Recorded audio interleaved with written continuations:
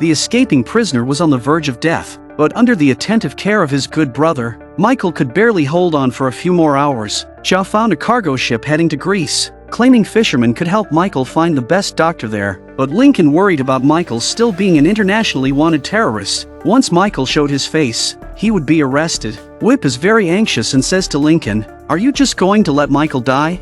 What kind of a brother are you?" Clearly, Whip misunderstood Lincoln's intention, almost earning himself a beating from Lincoln, who actually intended to seek Sarah's help. At that moment, Sarah was having a cheerful conversation with her current husband, Jacob, when suddenly she received a call that her husband, presumed dead for 7 years, was still alive, leaving her almost speechless with excitement. Lincoln informed Sarah about Michael's poisoning, knowing that Sarah, being Michael's primary physician at Fox River State Penitentiary, was very familiar with his medical condition. Sarah told Lincoln that Michael urgently needed a blood transfusion, and it would be difficult to find Michael's blood type and their location. Even if they found it, Michael might not survive that long. Suddenly remembering she has the universal O-negative blood type, Sarah decided to go to Michael herself to perform the transfusion, sharing this plan with her husband, Jacob. Jacob, upset by this, strongly discouraged Sarah from going to save Michael. And if I told you not to go? If's a big word in that sentence, Jacob. Are you telling me not to go? No, of course not. Seeing he couldn't dissuade Sarah, Jacob reluctantly let her go. Lincoln and Whip, along with Michael, went to the meeting place they had arranged with Sarah, while Ja, having grown fond of the place, decided to stay behind. After a brief farewell, Michael and his 2 companions boarded the cargo ship to Greece. After a long 12-hour journey, they finally arrived at Crete Island in Greece, where a kind fisherman helped them find a homestay. While Lincoln went out to find food, Whip took the opportunity to express his long-held feelings to Michael. I got a lot invested in you. A lot of things to tell me, you know?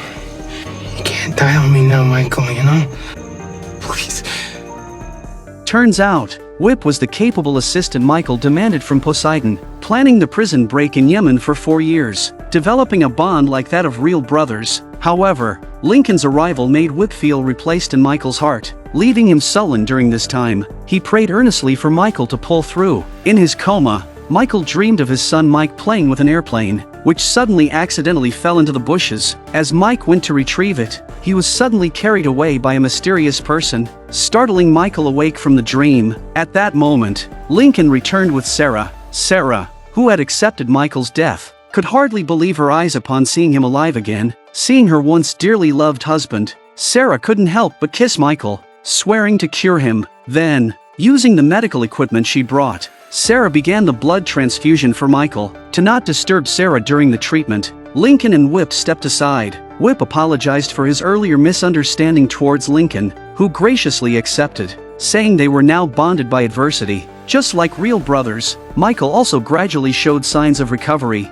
longing to see a photo of his son, but as he unintentionally flipped to the next photo, Michael sat up in bed in shock. Seeing the man who had been harming him, Poseidon, married to his wife, Michael finally understood why Poseidon betrayed him 4 years ago. Poseidon wanted Michael gone, so he could fully possess Sarah. 4 years ago, Poseidon represented Michael in a meeting with the CIA Deputy Director Harlan, who was investigating the event known as 21 Void to find the traitorous mastermind behind it. Only after serving Poseidon for 3 years did Michael realize that the tasks assigned to him were not approved by the CIA but were secretly orchestrated by Poseidon himself. To stop Harlan's investigation, Poseidon shot and killed Harlan, then ordered Michael to dispose of the body. At the same time, Poseidon framed Michael for Harlan's murder. Since then, Michael began planning to return to Sarah, but that led him to spend another 4 years in Ogygia prison. Suddenly remembering that her son was still with the arch-villain Poseidon, Sarah hurriedly prepared to go back and save her child. Meanwhile, Lincoln also thought of a way to return to the United States. Before coming to Yemen, Sucre had told him that he had found a job on a cargo ship,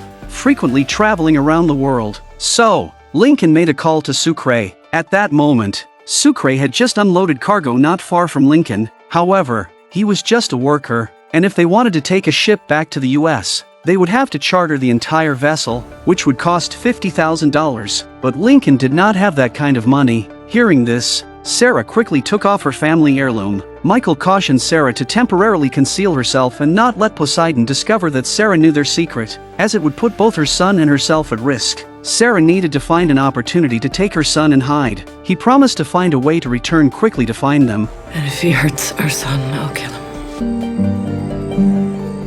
At this time, Poseidon had already discovered Sarah was heading back to the United States and speculated that Michael and his group would return in the next few days. Thus, he arranged for assassins to issue a warrant through sea, land, and air channels for the murderer of Harlan, ensuring that Michael would be immediately killed upon appearance. Never have I seen such a despicable man, not only framing Michael but also seizing Michael's beautiful wife. And he did all this just to prove he was smarter than Michael. Having learned the truth, Sarah returned from Greece, planning to act as if she knew nothing and then seize an opportunity to rescue her son, Poseidon. Looking at the beautiful Sarah, greedily kissed her. He also cautiously asked about Michael's situation. Sarah, forcing herself to stay calm, said that Michael has changed and is no longer the person she once knew. Later, Sarah went upstairs to her son's room, only to find that her son was not there. Where's Mike? At a friend's house.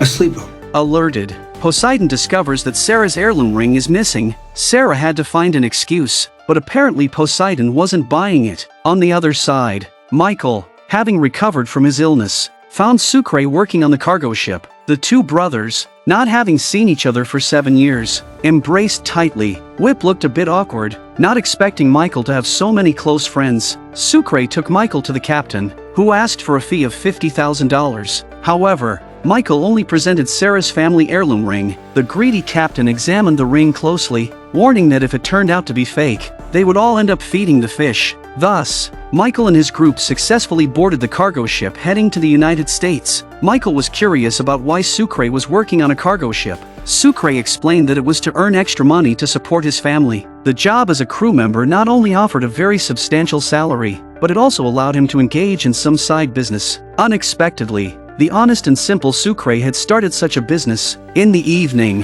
while the captain was working, he suddenly received a fax displaying a wanted poster for Udis. The scene shifted to Poseidon receiving a report from Van Gogh, stating that Udis had been spotted on a cargo ship in the Mediterranean Sea. Alerted by the captain, the military sent a SEAL team to the freighter, and if they found Udis, they shot him on sight, which is exactly what Poseidon wanted. Meanwhile, Michael and his companions were unaware of the looming danger. As they were leisurely playing cards, Michael suddenly heard the sound of the door being locked. He rushed to check and found the door indeed locked. The SEAL team had arrived at the cargo ship's location. Just when a few people don't know what to do, Sucre comes up with an idea, but he's going to have to suffer for it. Based on the captain's report, they quickly made their way to the targeted room, only to find Sucre tied to a chair and beaten black and blue. Realizing the targets might have escaped through the window, they quickly turned to pursue. After releasing Sucre and confirming he was a victimized crew member, they took him away, and the assault team also vacated the room.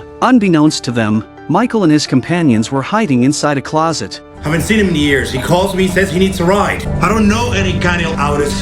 The guy's name is Schofield. At this moment, Michael and his companions, following Sucre's plan, were escaping when they were suddenly discovered by the searching SEAL team, frightening them into hiding. The commandos threw tear gas directly at them, ready to smoke them out. The captain, watching the surveillance, That hits the ventilation is gonna ruin my cargo! was dumbfounded and took out his anger on Sucre. Sucre, not to be outdone, directly reported that the captain was smuggling weapons. Hearing this, the assault team immediately went to support. As the captain was checking the weapon storage through the surveillance, Sucre quietly freed himself from his restraints. Michael and his group successfully escaped to a safe area and then barricaded the door. Taking advantage of the captain's fainting, Sucre changed the cargo ship's course and quickly regrouped with Michael and his companions. The assault team also discovered that the ship had deviated from its course and the navigation system had been sabotaged. Even if repaired, the ship would sail out of territorial waters, so they requested their superiors to terminate the operation.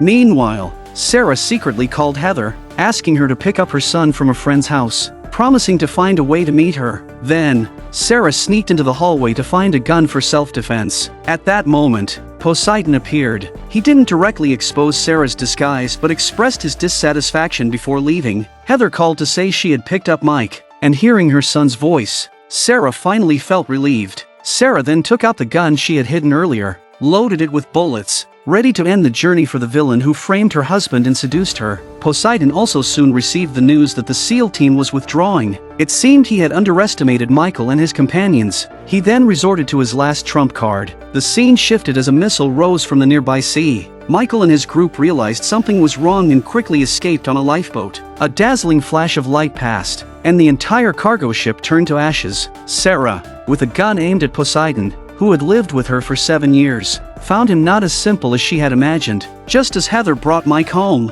Poseidon's arranged Van Gogh suddenly appeared. Knowing that Mike was still in danger, Sarah had no choice but to put down her gun. It seemed that the only one who could match wits with this arch-villain was the highly intelligent Michael,